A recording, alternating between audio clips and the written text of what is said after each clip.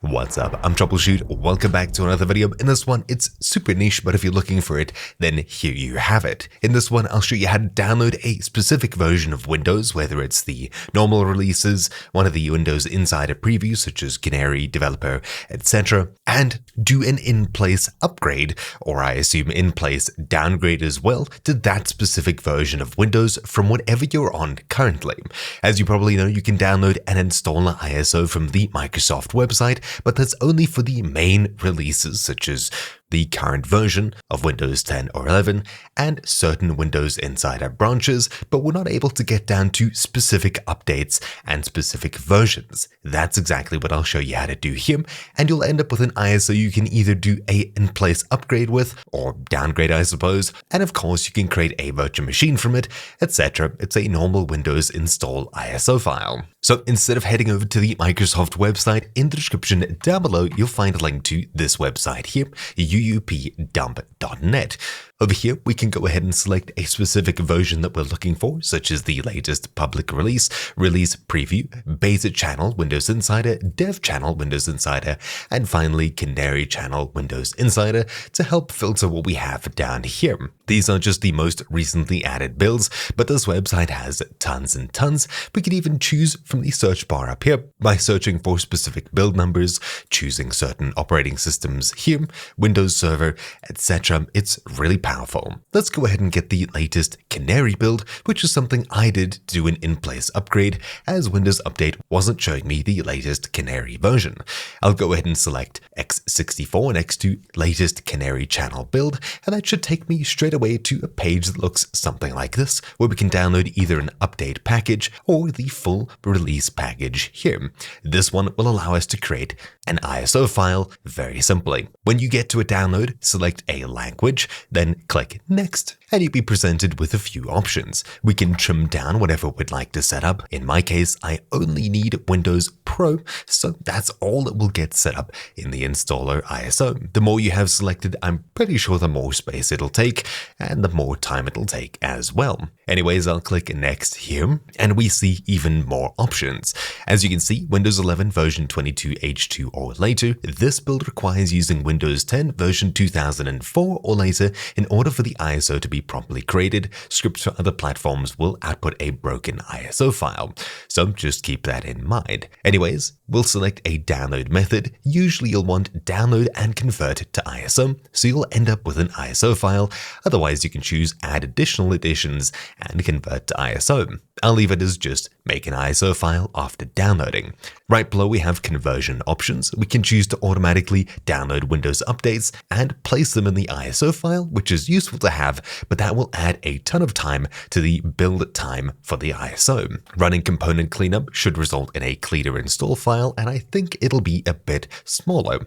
Integrate .NET Framework 3.5 is also an option you have. I'm not entirely sure why this is here, but I did struggle to install .NET Framework 3.5, so having the option here was actually a really good thing. Finally, using solid ESD compression. This one isn't really necessary unless you know what you're doing. I think it'll make the total ISO file size a little bit smaller, but anyways. All we have to do now is click Create Download Package and click Save.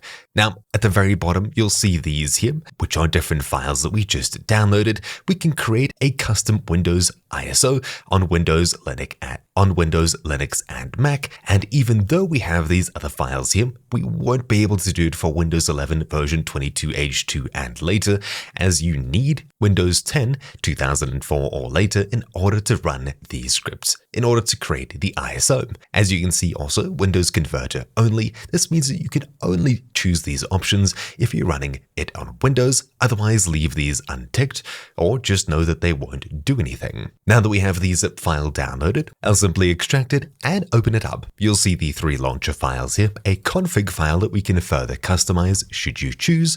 All we need to do is double click UUP download windows.cmd and choose yes when we're prompted about admin. It'll go ahead and install ARIA2C for faster downloads, 7-zip for managing archives, and the UUP UP converter in order to actually convert and do things, do things that it needs to in order to prepare the final ISO. Then it'll go ahead and prepare packages and all of those good things, and it'll prepare an ISO file for that specific version of Windows that we chose earlier. Now, this is going to take a bit of time. For me, I think it took around 10 to 15 minutes, and I do have a really fast PC and really fast internet, so that says something. Anyways, when this eventually finishes, you'll be left with an ISO file. As such, you can see here I have 25375, which is the latest Canary update, which I wasn't able to get to unless I did this method, or of course Windows Update for some reason gave me an update that I should have got anyway. All we need to do now is either burn this to a disk or a USB using something like Rufus,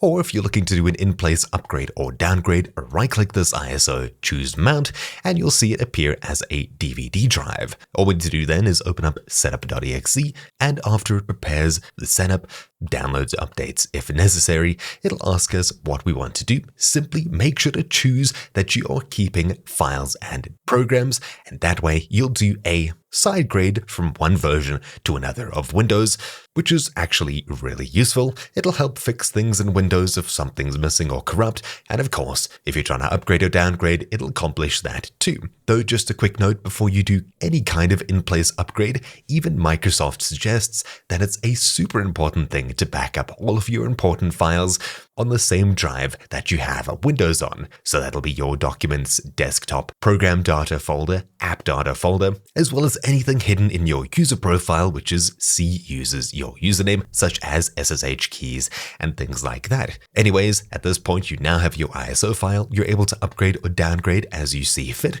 even if Windows Update doesn't give you those options. Thank you all for watching. My name's been Troubleshoot, and I'll see you all next time. Ciao.